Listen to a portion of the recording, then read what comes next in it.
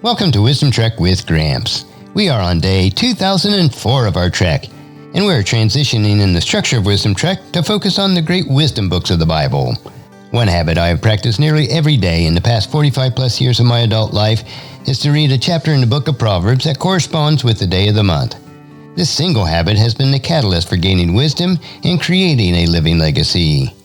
Adopting this habit can do the same for your life. So beginning October 1st, I will start publishing the reading of the chapter in the Proverbs that corresponds with the day of the month. Before that, I'm reading through the book of Ecclesiastes.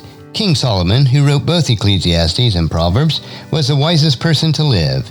He wrote Ecclesiastes late in life, after trying many other paths to wisdom, and then he was brought back to the realization that God's wisdom is the only true wisdom. This realization drives me to seek out God's wisdom each day.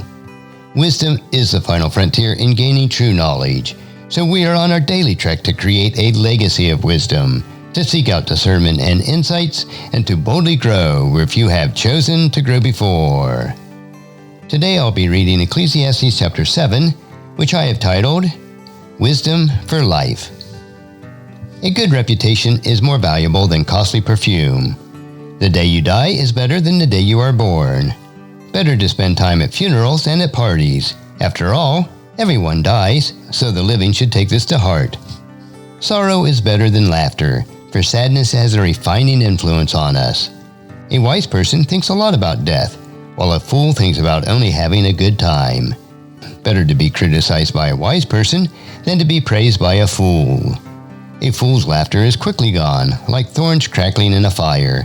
This is also meaningless. Extortion turns wise people into fools, and bribes corrupt the heart.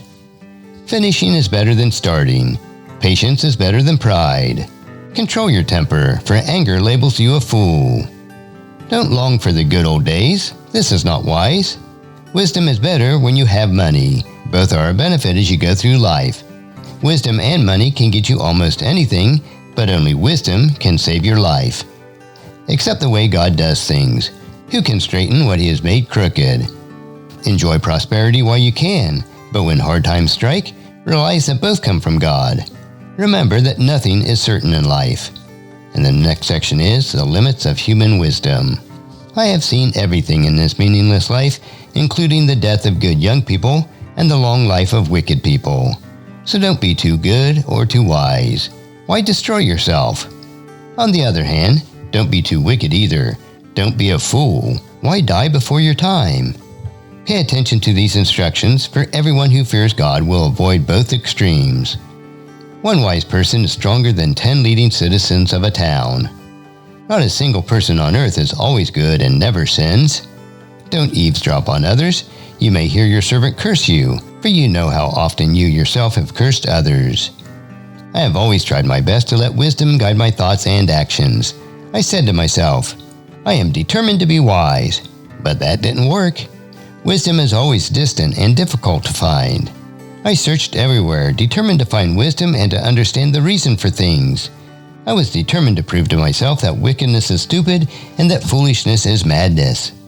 I discovered that a seductive woman is a trap more bitter than death. Her passion is a snare, and her soft hands are chains. Those who are pleasing to God will escape her, but sinners will be caught in her snare. This is my conclusion, says the teacher. I have discovered this after looking at the matter from every possible angle. Though I have searched repeatedly, I have not found what I was looking for. 1 out of 1,000 men is virtuous, but not one woman. But I find this: God created people to be virtuous, but they have turned to follow their own downward path. And as you ponder this chapter covering wisdom for life, please encourage your friends and family to join us and to come along with us tomorrow for another day of Wisdom Trek, creating a legacy. And thank you so much for allowing me to be your guide, your mentor, but most importantly, I am your friend, as I serve you through the Wisdom Trek podcast and journal each day. And as we take this trek of life together, let us always live abundantly, love unconditionally, listen intentionally, learn continuously, lend to others generously, lead with integrity, and leave a living legacy each day. I am Guthrie Chamberlain, reminding you to keep moving forward, enjoy your journey, and create a great day every day. See you next time for more daily wisdom.